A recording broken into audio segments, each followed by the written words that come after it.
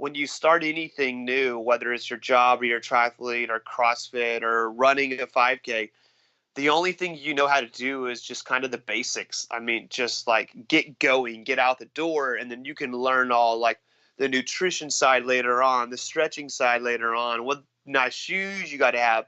But I think the first step is just getting out there and just doing it. And I think that that's kind of how I've always lived my life, is this motto of like, just get it started, just take that first step, and then you can begin to pick up all the tips and tricks and get advice from other people versus say things like that. And so that's really why I shot an auto, is because I really didn't know what I was doing, but I had so much passion and I wanted to do it so bad. And that's the only way I knew how to do it. So essentially I was a noob, a hack at it. And so eventually got around to figuring it out. That is Talbot Cox this week on the Do It For Yourself podcast.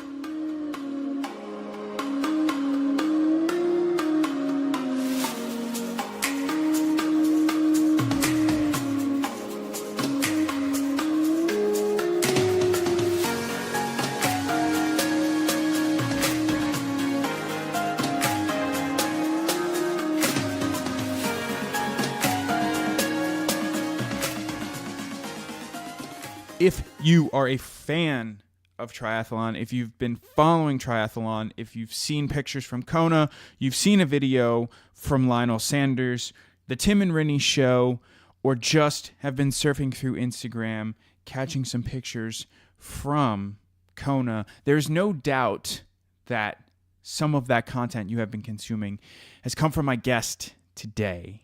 If you are not a fan of triathlon, please sit back and relax, because you are still going to enjoy this amazing conversation with Talbot Cox.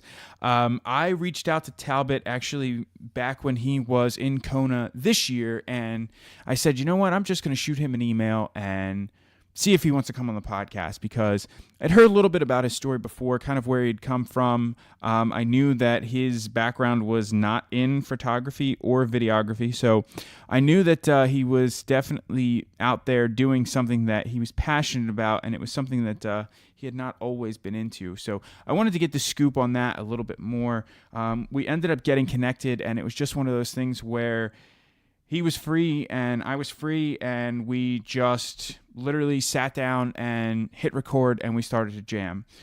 So I was, really looking forward to this conversation. And once it was all said and done, I really enjoyed the conversation, and I really enjoyed learning a little bit about Talbot's story and kind of what he was up to, how he got into shooting triathlon, and how he took this passion and now he's really building it out, and he's building it out to be something more than what he thought it was ever going to be. So, like I said, sit back, relax, enjoy this conversation with Talbot Cox.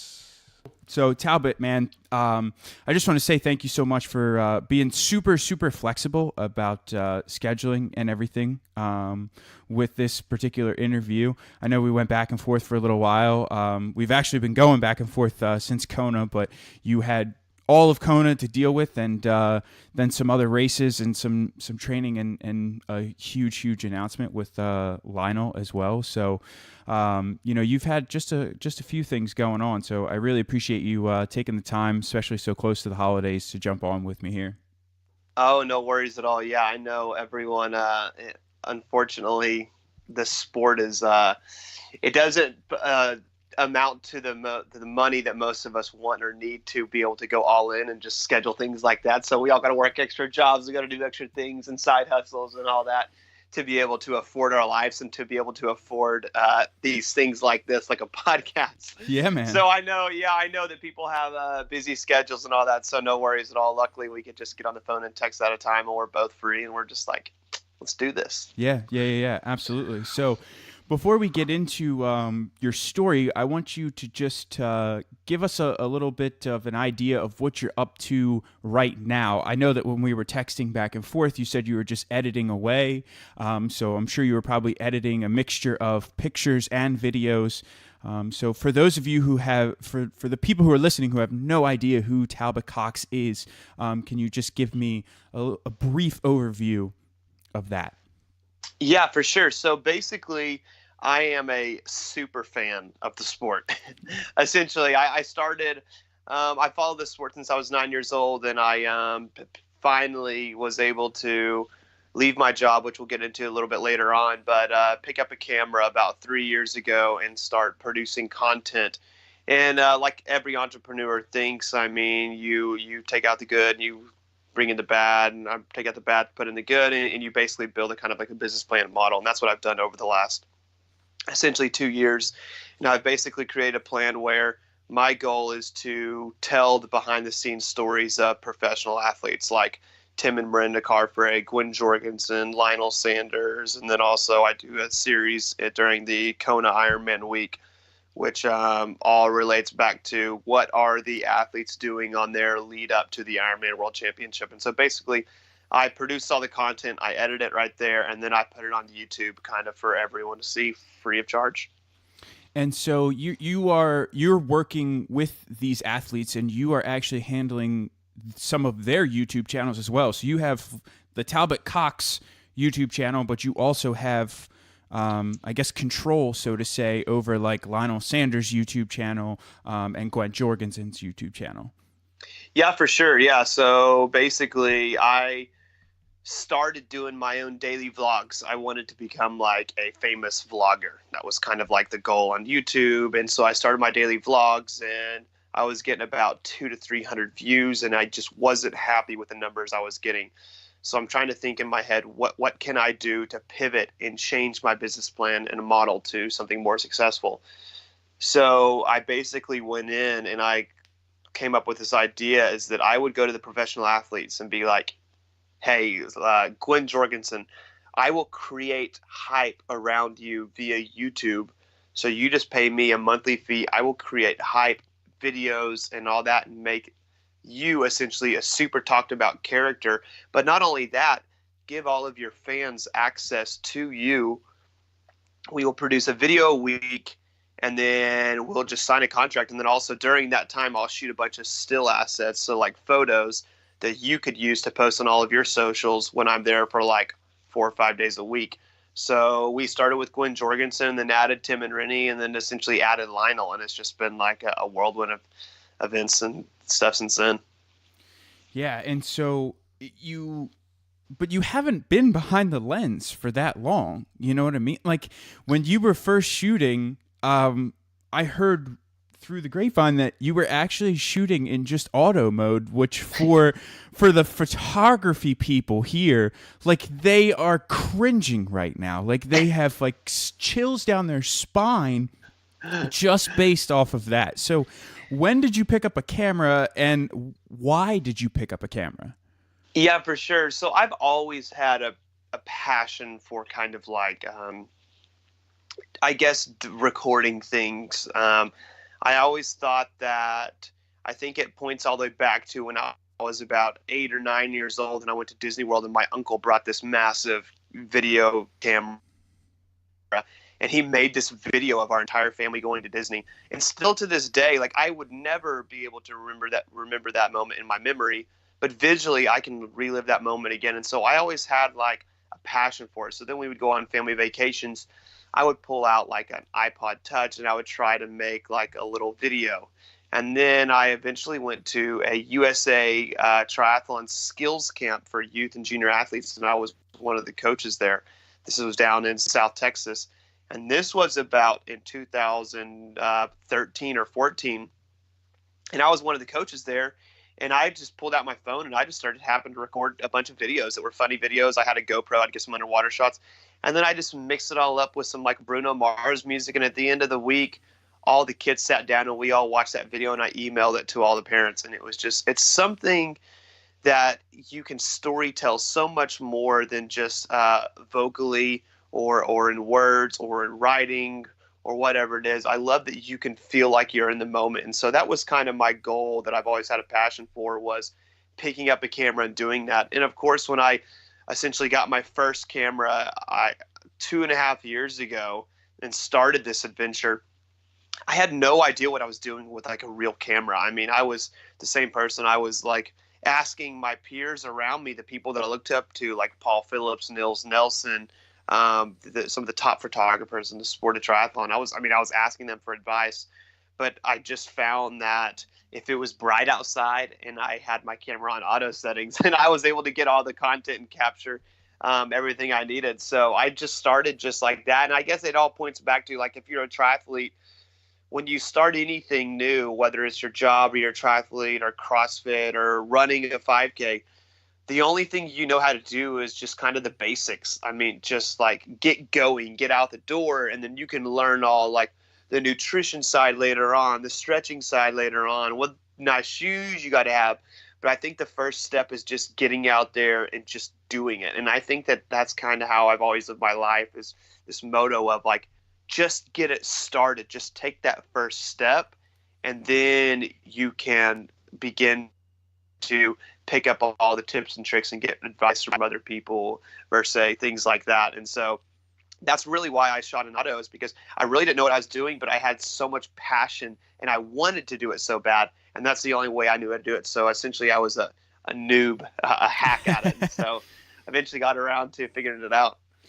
Yeah, I mean, there's also some trial and error involved, you know, and you got to kind of like figure it out for yourself, because sometimes, you know, you could go online and you can do this and you could do that, but it's, you know, you got to get out there and do it as well. You can't have that analysis paralysis and just sit in front of the computer and like try and figure out how to get the perfect white balance for when you're shooting you know, on the Queen K, because if you don't go out and shoot, you're not going to be in that opportunity to get onto the Queen K to shoot Lionel Sanders. You know what I mean?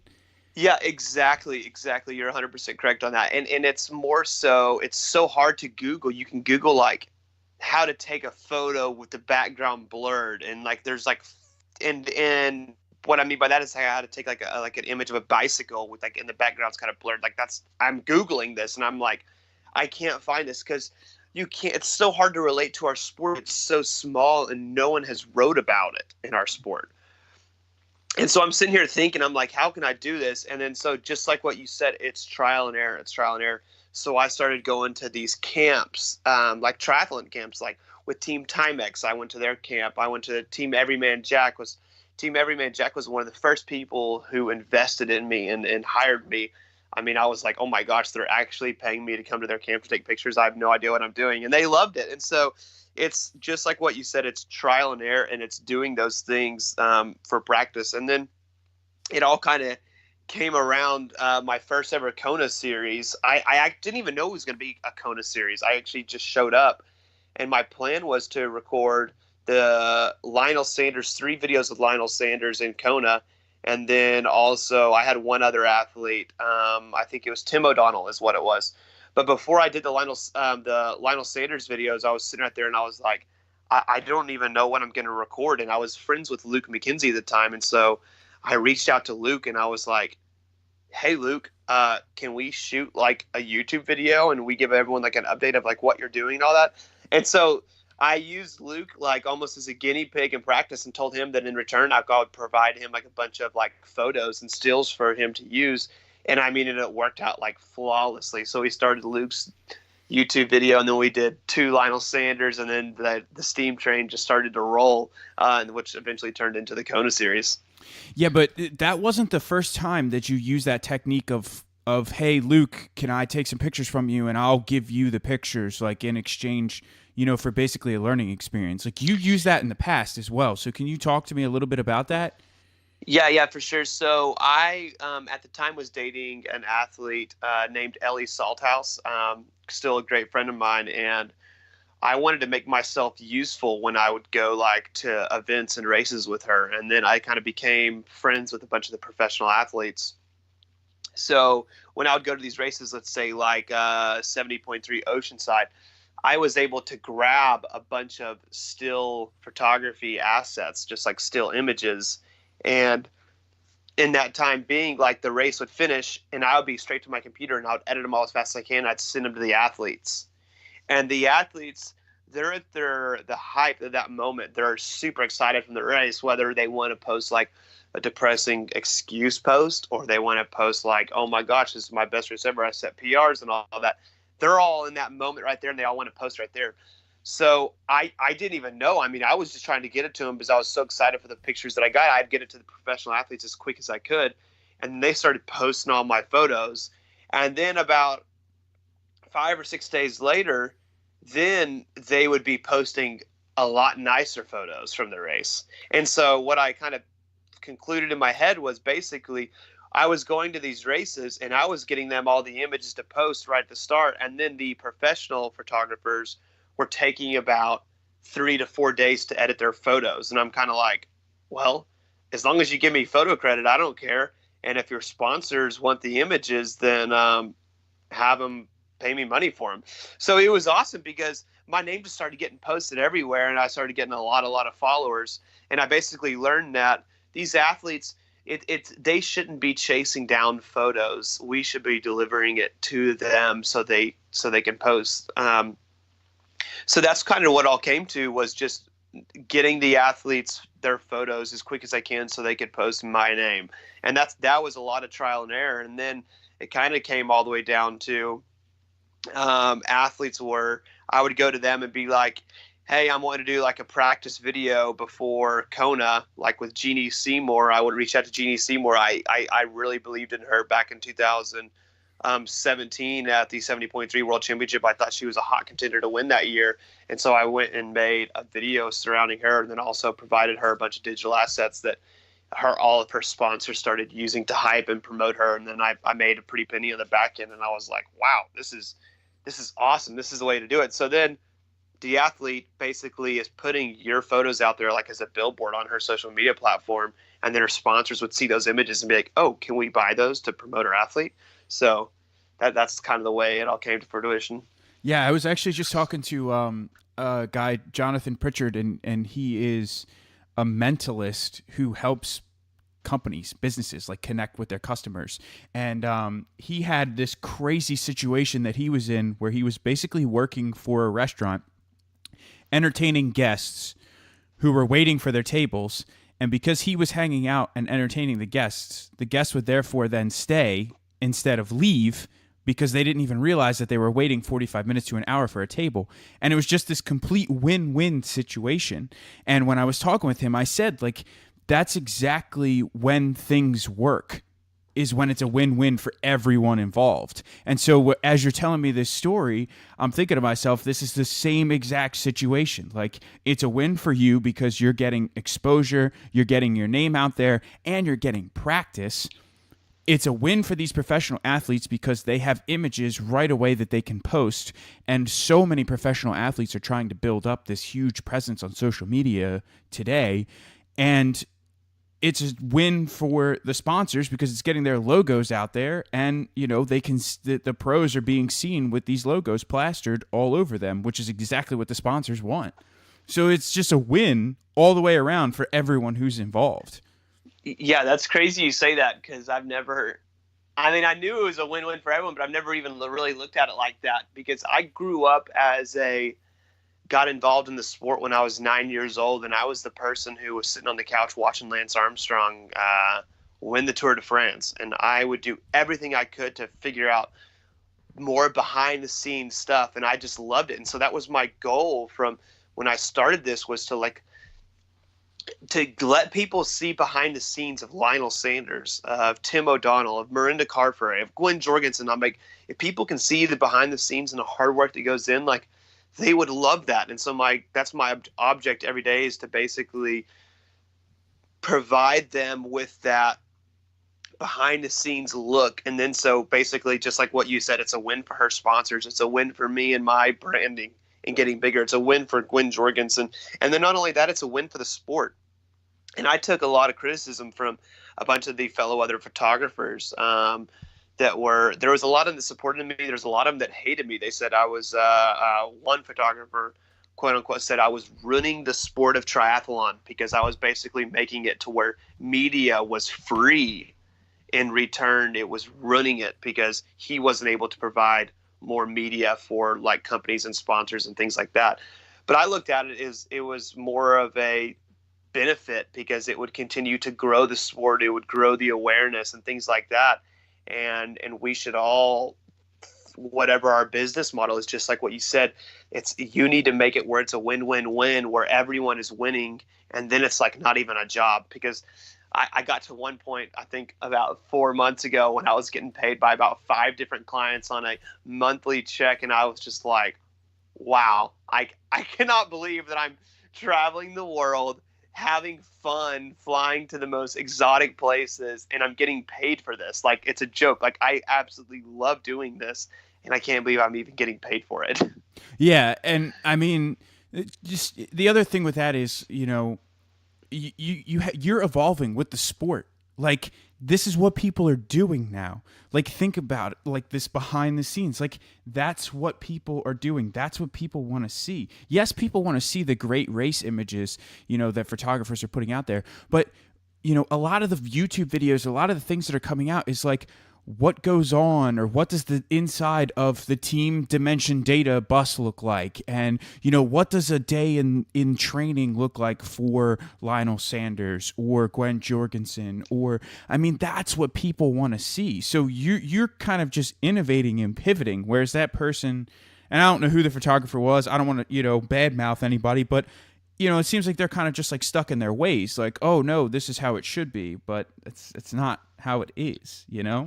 Yeah, for sure. And I think that sometimes I want to like pat myself on the back and be like, wow, I'm innovating, I'm doing this, but I'm doing essentially things that have easily already be done in other sports. It's just, I'm trying to bring it to our sport.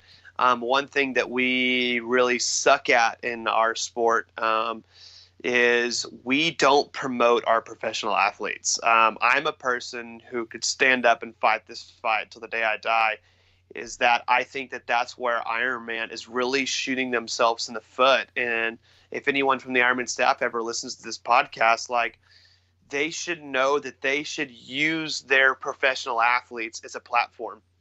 And I'll explain this all right now. Like, basically, you look at a company like CrossFit. CrossFit started in I think the 90s. I could be wrong on that, but it has shot right past triathlon. The amount of let's say daily active users, the amount of people that participate daily in CrossFit has jumped past. And a lot of people would argue, well, it's the money, it's this, it's logistics and all that. It's because CrossFit is a media-driven company. Basically, they have gone to Rich Froning, they have gone to Matthew Frazier, to Camille LeBlanc, all these athletes, and they said, look, we're going to pay you guys $100,000, $50,000, whatever their contract is, and you are only allowed to do CrossFit events. In return, we get to come to your house and record you training, record you working out, record you doing this, this, and this. And then we are going to put that and use that to leverage our CrossFit branding and platform. So what that would look like for triathlon, which it might sound bad, but it would basically be like them going to Jan Fardino saying, Jan Fardino, we want to put you on a $50,000 contract, and you are not allowed to do any Challenge Championship races. Not that I'm against Challenge Championship, but this is where, hear me out here. And then in return, Jan, we get to come to your house 5 days this next year, and we get to record your training. We get to record you working out. We get to record like your lead up to a race, and then you on a race day or something like that. And then they can all put that on a YouTube channel. Or at the end of the year, they'll have all that footage, so then they can make a movie at the end of the year, and it basically creates awareness. So then basically people start to hear out Jan Fardino's story, but not only that, then they have Lionel Sanders as well, and then they start to build hype around both these athletes. And then that's when the sport comes in, Ironman, and they're like, wow, we're advantaging off this. We're storytelling. We're building a massive following. And then Jan Fardino goes to a race, and everyone wants to race with Jan Fardino, and they all want to go to that. But for some reason, Ironman hasn't figured that out, or the sport of triathlon hasn't figured that out. But that is how a sport like triathlon has just excelled through the roof.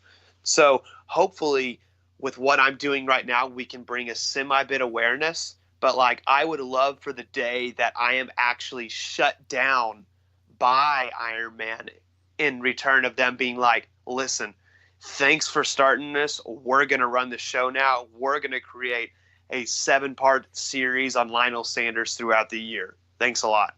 I would love that, because then I could really individualize and focus on 2 to 3 athletes as they turn into like 2 to 3 million followers, and I can continue to brand build them and essentially be like their manager or something like that. Well, and just as a like a little side, I don't even know what you want to call it, but it wouldn't be the first time that Iron Man came in and shut something down from you and took it, and they're like, hey, that's ours.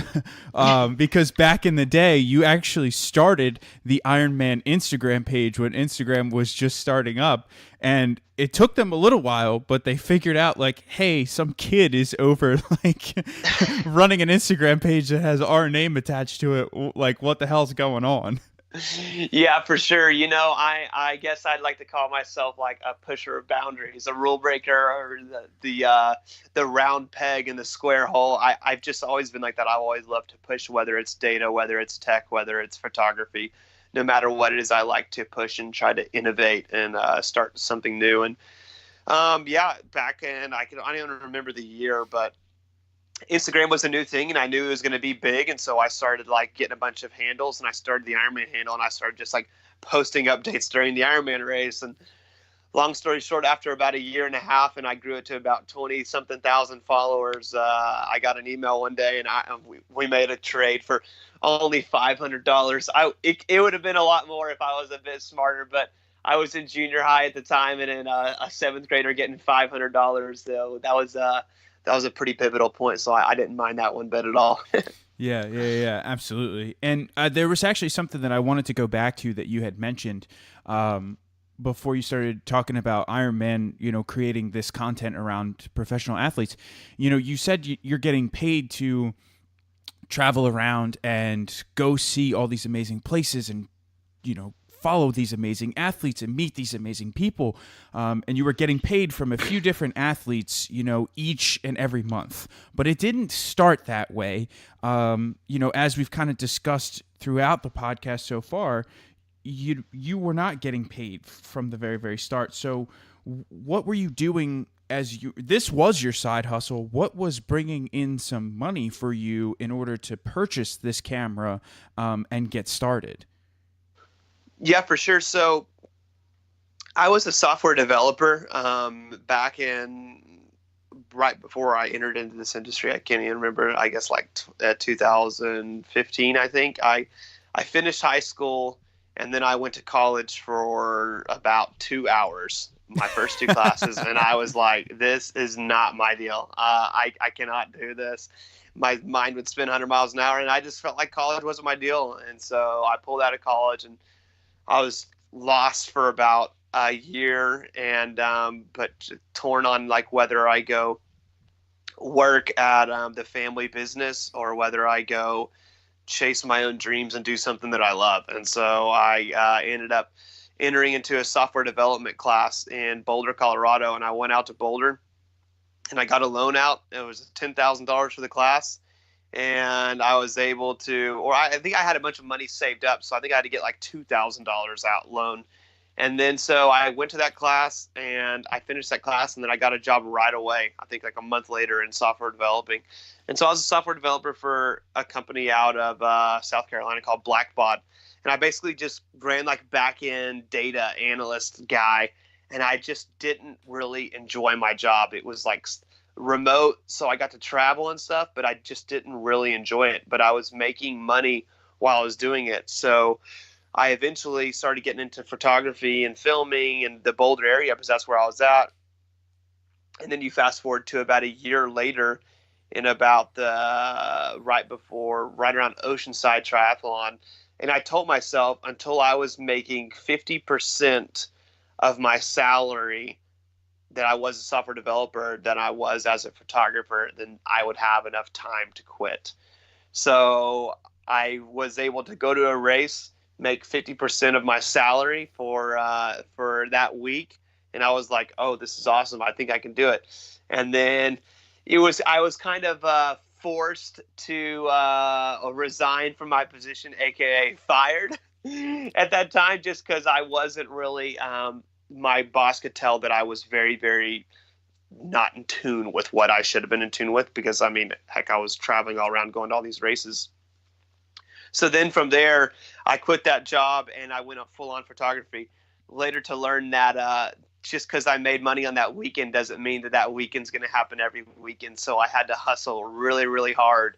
But it's about going and finding work. If I sat on my butt, then none of these partners or none of these sponsors or none of these athletes would find me to produce them content. So, I mean, it would come down to before a race like 70.3 Boulder. I mean, I would go to the start list.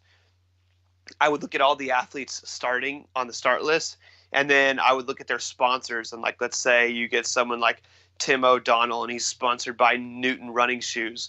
I mean, I would jump on Instagram and I would go message Newton and I would be like, hey guys, I'm going to be at the event this weekend. I'm going to have photos. I'd love to send some over. Can you give me an email or whoever? So I'd essentially build this big email list that when the race is over, I'd upload all these photos and then I could just fire the photos to them right away. And then that's how things really started getting rolling, because I knew if I wanted to survive and I wanted to eat, then I got to freaking work hard and get the content out and produce content. So then at that point, it became like a game of how fast, how good the photos could be, how fast I could produce them, and then how quick I could get them out to the sponsors to post. Now, after Oceanside, when you came back and you were, coming to the realization that you were going to have weekends that were not like your weekend in Oceanside, were there any like dark patches, dark points that you hit post Oceanside when maybe the money wasn't necessarily coming in and you had some things that you needed to try and figure out? Yes and no. I've always been just kind of like an entrepreneur at heart since I was a little kid. And so, I mean, I always try to look 5 steps ahead. So I never got to a point where I was like, man, I'm really running out of money. A guy named Michael Zimmerman, a friend of mine, when I chatted with him one time, he asked me if I ever felt like that my savings account was a fuse. So I ended up saving about 20 grand up in my savings account when I worked at my previous job. And I did see that as a fuse. I mean, I would see that slowly start to burn until the fuse ran out, and then I was done. But when I always look, like I said, again, I knew that the downtime for triathlon was the winter time. I knew that was like the downtime. And I wasn't going to be able to make basically any money from essentially Kona, but then there was the Island House Triathlon and Cozumel Ironman, basically until Oceanside the next year. So I had to think, how am I going to do this? So I ended up moving back to Oklahoma City, where I had my own Christmas light business, where I hang Christmas lights for people, and every year we do about 15 to 20 houses. So I'd come back home and I'd hang Christmas lights, and I'd make enough money to lighten that fuse all the way back up, make about 10 to 15 grand just from hanging Christmas lights. And so it's really always about like thinking 10 steps ahead and making sure that before you get to that hard time and that hard time ship, that you're trying to think ahead on what you can do. And of course there is hard times. I mean, I told this to someone the other day, is that there was times when I was so in particular on planning out my money and things like that I think I was like living off of peanut butter and jelly. So I think I was going to meet like a client, and we're going to meet at this restaurant. And I knew like I didn't want to go waste $25 on some chicken and rice at that restaurant. So I went to the grocery store right when I landed in that town, got my rental car, and then I went and got PB&J. And so I stuffed my mouth with about 3 to 4 PB&Js. Then I went into the restaurant, and sure enough, he asked for a bill for himself. But he would have probably paid for me, but probably not. But that's not the fact. It's the fact that like I don't want to be in that hard time. So I'm trying to look ahead and being smart and budgeting and making sure I'm covering my ends on something like that. So then I walked into the restaurant and I was full on it, wanting anything to eat. And he was like, "Oh, dude, you sure you don't want to eat?" And I'm like, "Yeah, I'm good." So right there, I mean, I paid $6 for PB&J sandwiches. That's going to last me the next 4 to 5 days versus spending $25 on a meal right there. So that's how I've really tried to avoid those hard times. I think that my parents have really taught me that. I mean, I grew up in a very, very, like, my parents could have helped me out in anything I do. I mean, they have plenty of money where they can help me out, but they taught us that they were not going to wipe our ears. They were not going to buy our first car for us. They were not going to pay for this. Like, if I wrestled on the high school wrestling team. My dad wouldn't even buy me shoes. He told us, like, you know what, if you want to go buy shoes and save up money, go get a job, go buy them.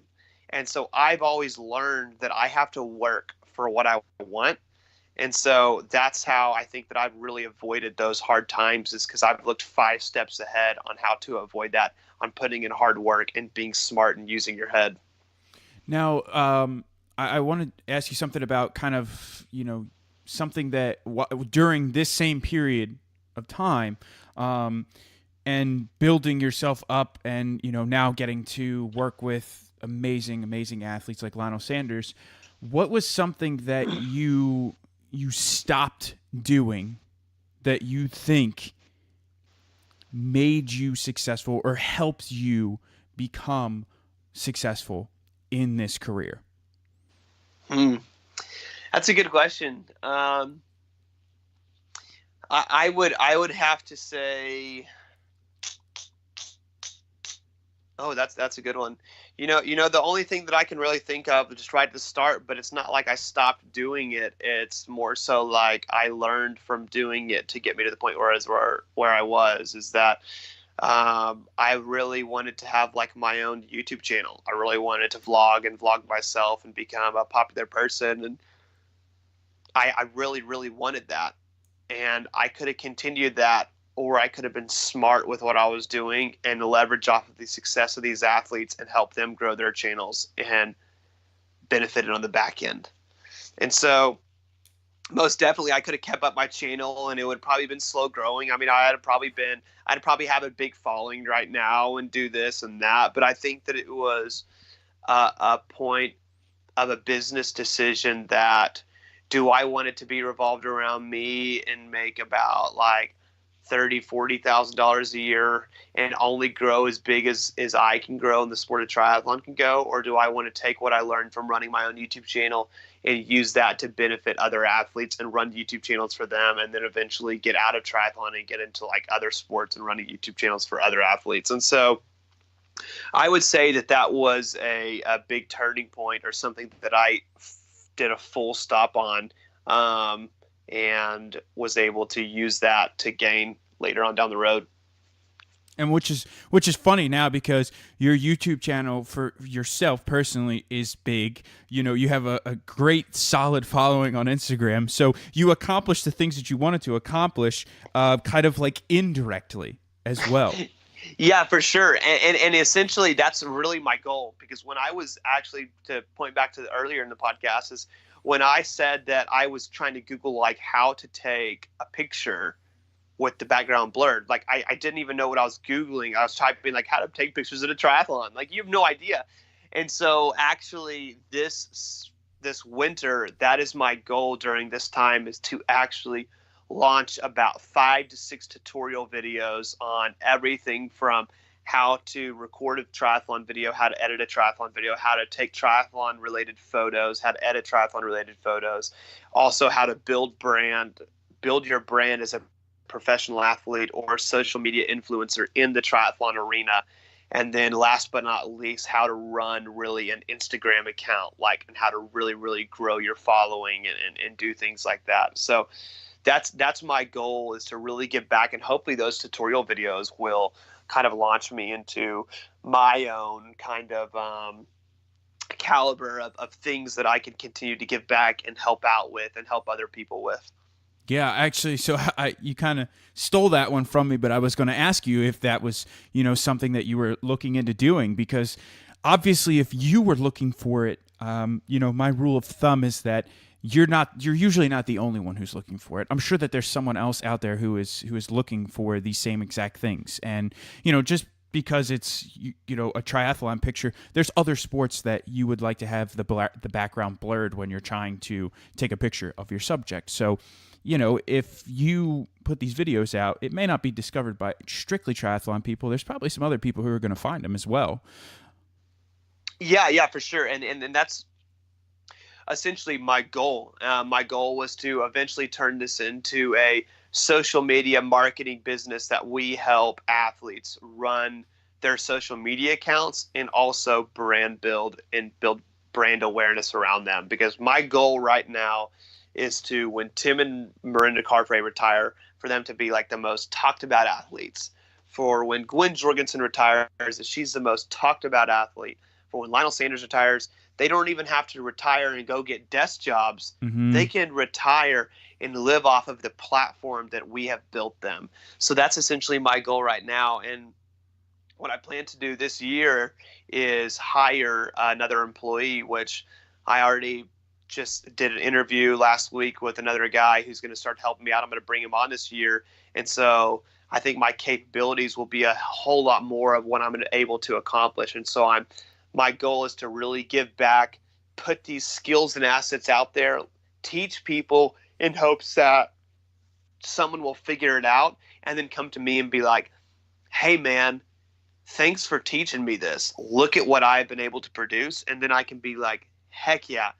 Do you want to work for me, or will you come help me? And because when people are hungry for something and they're passionate about it, they're going to find the right answers. And so that's essentially my goal, is that I can help other people learn how to do what I'm doing. But not only that, is, you know what? If one day I teach someone who's going to come up and be better than me one day, mazel tov, that's freaking awesome. Because you know what? I'm not going to be the selfish person and say, oh, you're taking from my money. There's so much money to be made in this world, and athletes and all that. You know what that person's going to be doing is they're going to be pumping up and getting other people motivated just like I am. And they're going to be producing media and content for the sport, which in return is going to continue to grow the sport, which is my ultimate goal. Yeah, a rising tide floats all boats. You know what I mean? So yeah, if exactly, if the more content you push out, the more that somebody else is going to want to try and mimic it, or also do the same thing but for somebody else, and it's just going to bring everything up. So there was one thing that I want to ask you about, and I only saw this briefly, and I never really saw like a follow up to it or anything. But you were at, I believe it was an Ironman race, and I think it was the night before you went to Target. And while you were in Target, you bought these rollerblades. And I think, as the story goes, you were rollerblading on course or around the course or something like this to get some pictures of one of your athletes. And there was a little bit of an issue with that. But then I didn't see anything else. I think you kind of got like a slap on the wrist, like, hey, don't do that. And that was about it. But what happened there? Funny you ask. Basically, I got to hold this conversation right here. And this will encourage people to come back to the podcast, because I can tell this story in about 2 months from now. So I will promise you I'll come back on the podcast and I'll retell the story. But basically, it didn't result in something good with Ironman. And there was a big hiccup, which resulted in a pretty pivotal moment where I had to decide on some pretty big decisions, but not only that, for not only me, but kind of like my clients as well. So I can't talk about it right now, but I can talk about it in 2019. So we can, I'll promise you we'll come back on the podcast and we'll tell all your listeners to come back, and I'll tell them the full story. So be on the lookout. All right, deal. That's a deal. But how about this? Because you also had to pivot a little bit with what you were doing.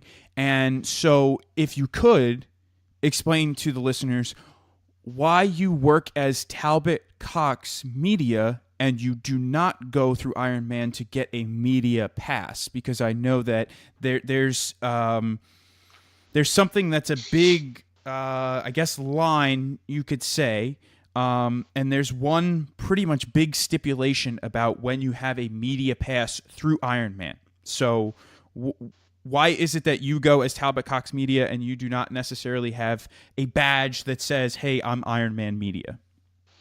Yeah, for sure. And that might be a little confusing for the listeners, but essentially these brands and franchises and companies you're talking about, your NBA, your MLB, kind of all of them. It's hard for basically you look at it like this. Let's take a super famous photographer. Let's take someone like, or not even photographer, just like a social media influencer. Let's take someone like a guy named Casey Neistat who's on YouTube. Super famous guy.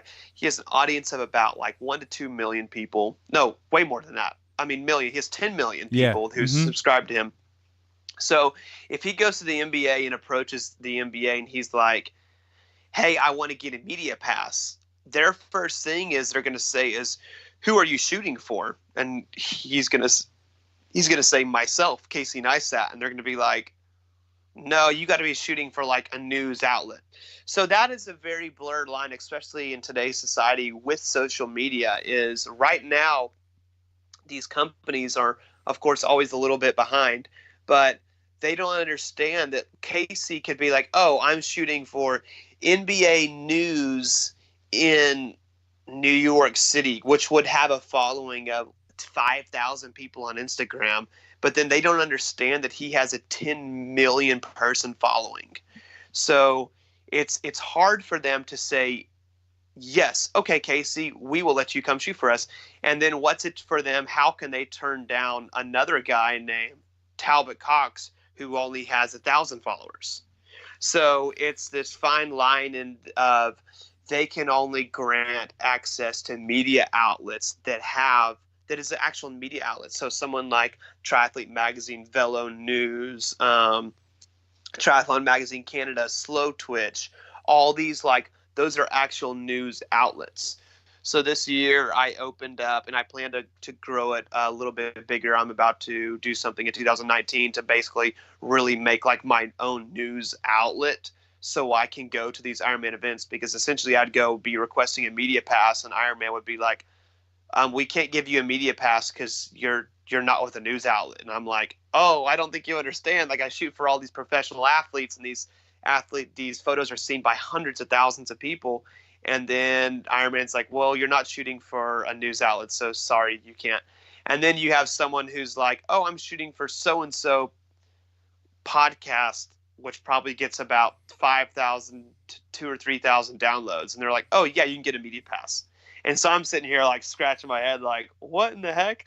So this year I started an LLC, which is called Talbot Cox Media, which I plan to brand that out and be another entity, which is going to be Talbot Cox News. So then I can just shoot for the Talbot Cox News outlet. So that's kind of like, it's just like manipulating the system a little bit so you can get a media pass with Ironman. And not only that, but all these other industries. That's kind of how they're in this gray circle right now. So hopefully one day they get to a point where it's not about the news outlet name. It's about your audience size and being able to prove to them your audience size. And so if you shoot with an Ironman media pass, who owns that content? Is it your content or is it Ironman's content?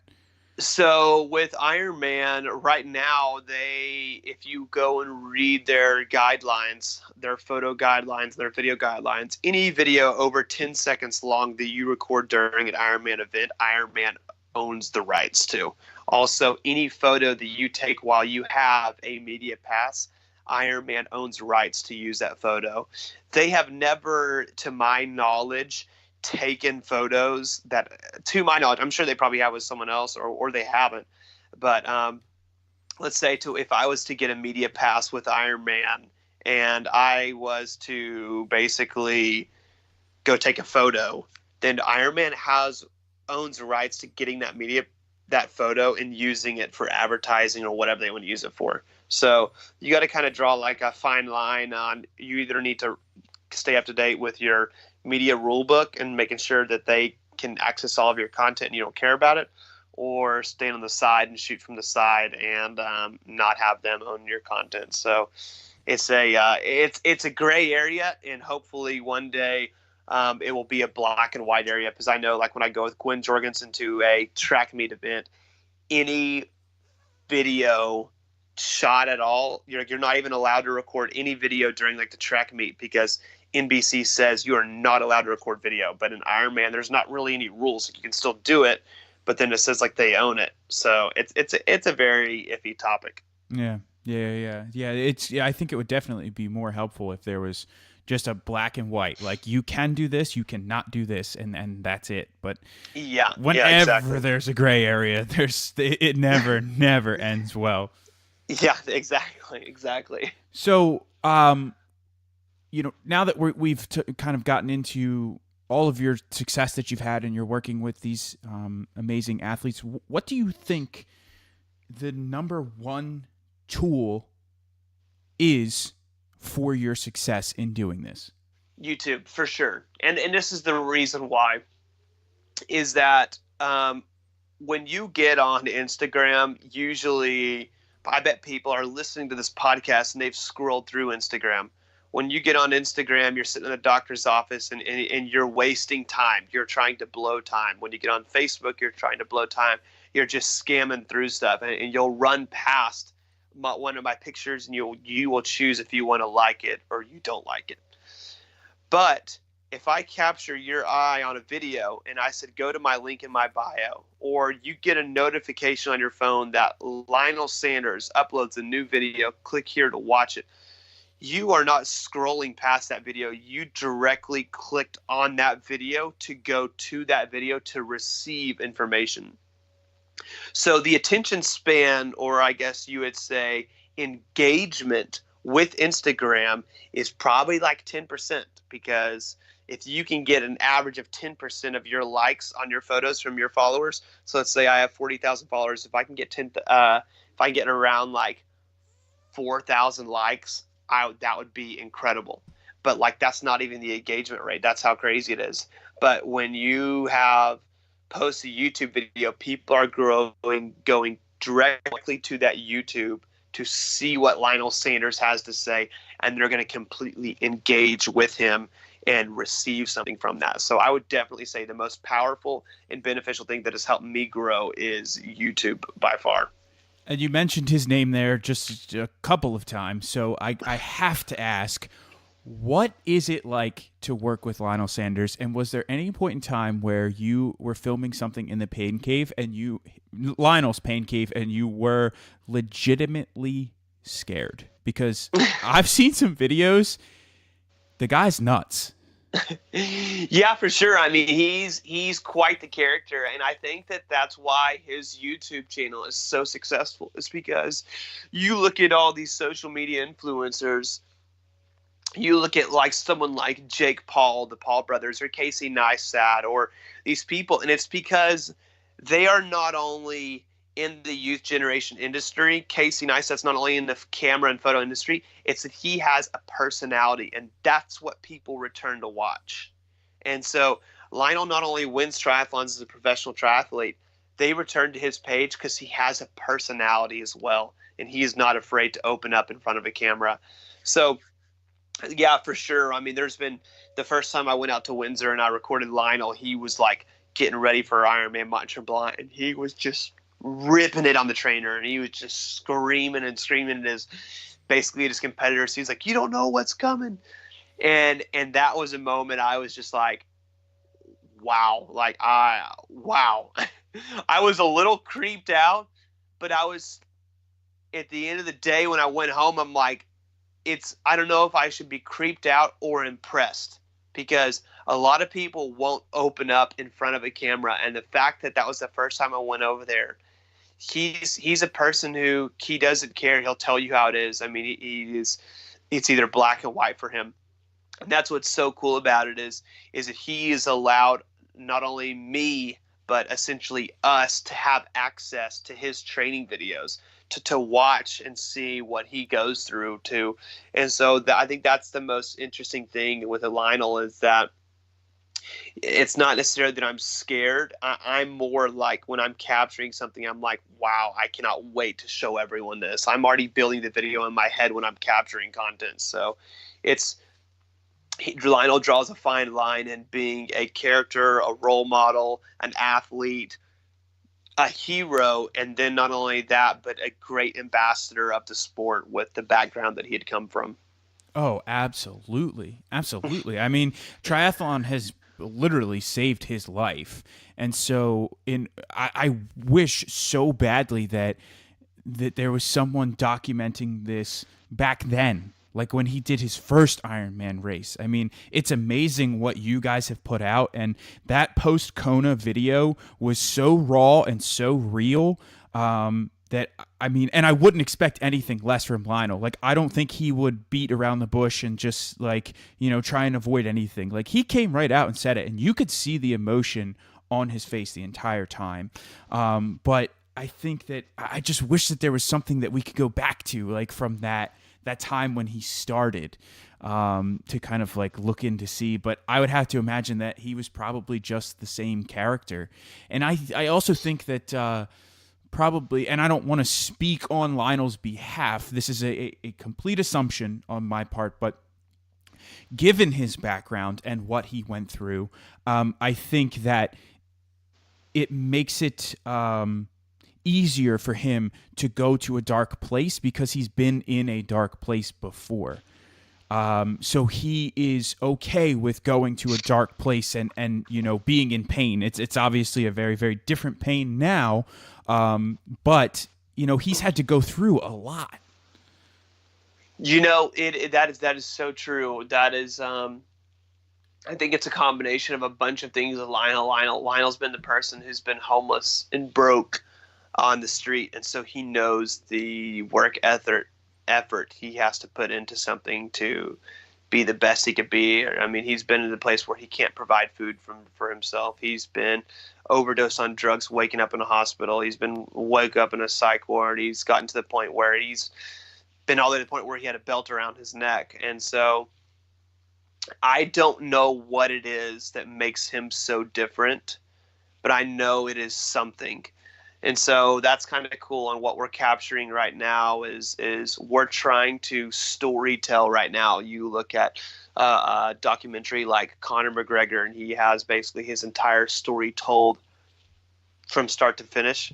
And so that's our goal right now, is to just start the capturing process of Lionel Sanders, that one day, in hopes that he wins an Ironman World Championship, that I think that it would be one of the most remarkable wins ever, because he went from someone who's more out of shape than you are, than anyone listening to this podcast. He was more out of shape than them because he was at the point where he was completely addicted to drugs, and he is going to rise to the top of the hardest single-day sporting event on the face of the planet. And so that's kind of our entire goal, is to just capture, and then one day, in hopes that he accomplishes something great, not that he hasn't already, that we are able to put together a documentary and give it to a producer, executive producer, or whatever, and let them storytell on Lionel Sanders and produce this incredible documentary. They'll hopefully be on Netflix. Yeah, there you go. And I mean, you guys are doing an amazing job. So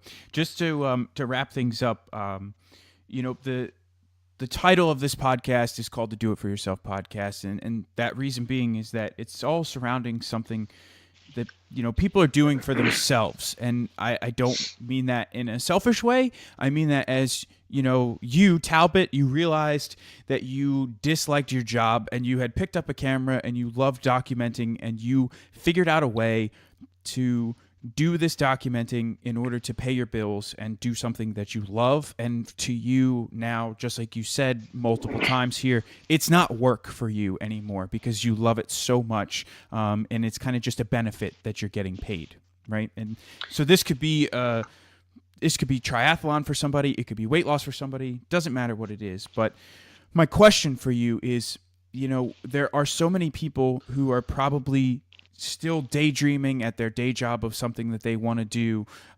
They're very, very nervous. They haven't taken that first step. What is it that you could say to them, you know, kind of being on the other side, looking back, that could motivate them to potentially take this first step and really go for it? You know, I would most definitely say be a listener and be an asker. I guess what I mean by that is start wherever you're at. Let's say you start as a secretary, okay, and are working a position. If you want to work that desk job the rest of your life, then work that desk job the rest of your life. A lot of people, you always hear them complain, well, I'm this, but I do this job and this job and this job and this job. Well, I take care of his role and his role too and all that. You're setting yourself up to get that next promotion. So no matter what it is in your life, you need to set yourself up to get that next promotion, get that next leap, that next goal. Whether you run a 5K, it's either you want to run a 10K or you want to run a faster 5K, or you want to lose 20 more pounds and run the same 5K, that same effort, so then you can run 40 seconds faster. No matter what it is, make sure that in your life you are trying to set yourself up for that next step, that next promotion, that next goal, that next task. And that's something that what I've done and what I'm continuing to do. So like for a good example right now is my goal is to learn how to use a camera, figured out how to do that. Next goal was to become a mastermind at social media. I wouldn't say that I'm a complete mastermind, but I would say I'm on my way to do that. And I'm still asking questions. I'm still seeking out to my friends. My friend Danny Duncan is a famous YouTuber. I ask him questions all the time because I want to know what it takes. And then my next goal was to get athletes and be able to be their basically hype man. So I got the athletes, I'm doing that. And then my next goal was to, how can I generate money for myself and generate money for that athlete, for it's a win-win. I was able to accomplish that by doing stuff with our sponsors and all that. And then the next step now is for me is to start selling merchandise, to start selling posters, to start selling canvases, to start selling t-shirts, things that motivate others. So things that I wanted when I was younger. So that's my next goal, and actually plan to launch this next week. So when you guys listen to this podcast, that will be my next goal that really actually helps fund me a lot more than probably anything else, is that the pictures that I've gone around the world taking of Lionel, of Gwen Jorgensen, of Jan Verdino, of in Kona, or at these great big marathons or these beautiful exotic races, I want to put these on posters with quotes to where people can go right to my website and buy them, just talbotcox.com, and they can buy these posters or they can buy these canvases to put in their pain cave to motivate them. So that would be the next step for me, and I'm doing that for myself so I can make more money to go to grow my business. And the reason why I'm actually doing that is so I can get money, not for me, but so I can start paying another employee that can edit my videos for me, Andrew, the guy that I'm about to bring on, so then I could go pick up 2 more athletes. So because I know my cap is 3 by myself, but if I bring on someone else, I think I can add in 2 more. So I'm doing it for myself because I want to continue to grow my business, grow and promote my business. So no matter what it is, like I said, in your life, make sure that whatever you're doing, you're setting yourself up for that next promotion, for that next job, essentially. And it's, I mean, I would like to think that if you're listening to this podcast, that you're someone who wants to grow, you want to get better. I mean, that's just an assumption of mine, but it's a hope. You know what I mean? Like, if you found this podcast, I'm hoping that you somehow want to grow and better yourself. So, Talbot, I just want to say thanks so much again for taking the time to hang out with me and rehash some of these stories and go through some of the things here.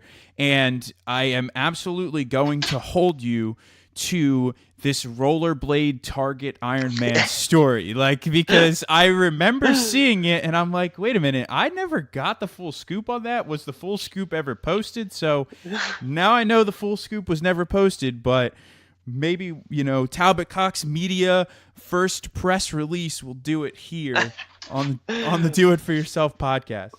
For sure. We'll do that. Cool. So thanks so much, man. I appreciate it. And I hope you have a great holiday as well.